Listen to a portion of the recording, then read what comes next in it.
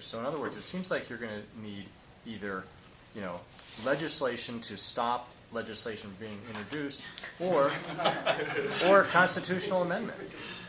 I mean, you can impress on this General Assembly what you're talking about, which are admirable goals, but what's to keep the next General Assembly from just going right back and doing the same thing without some sort of bigger motivator? Thanks for the great question.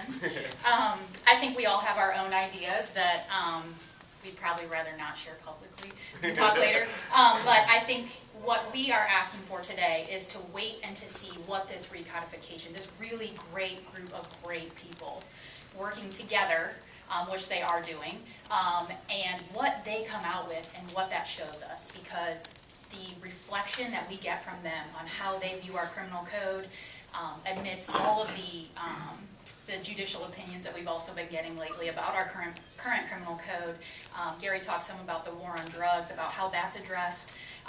All of those laws have been on the books for so long and have been being enforced in different ways in different jurisdictions, and those are all things that the Recodification Committee is and should be considering as they work among themselves. So I think from the public defender's point of view, we want to see what does the Recodification Committee come out with, what gets passed, and how does that get implemented in our communities before we try to look too far down the road and say, well, that didn't work, because we have faith that this is going to work and this is going to help the criminal code in Ohio.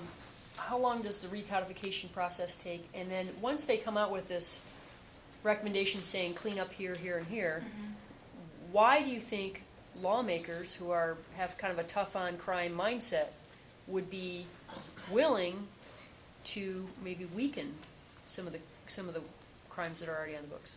Okay, so first, the Recodification Committee is on a timeline that I believe is set to expire, or they've been asked to finish their work by August of next year. And I would really caution you on the use of the word weaken, because I think that what they're doing, I understand, is opposite of tough on crime would be weak on crime, and no one wants to be weak. But I think what the Recodification Committee has been asked to do is to look at the code and look at the empirical evidence that we have and that the other people and experts in our country have been producing for us, and to reflect our law, change our laws to reflect that evidence, which says that, just like Gary said, that the tough on crime isn't working, hasn't worked, and isn't going to work.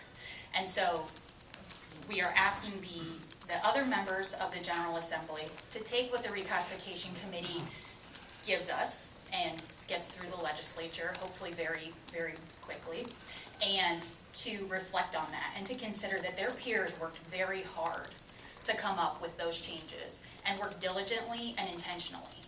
And respecting that work is the first step in keeping the code in line and keeping it clean and effective. Barry wants to add something.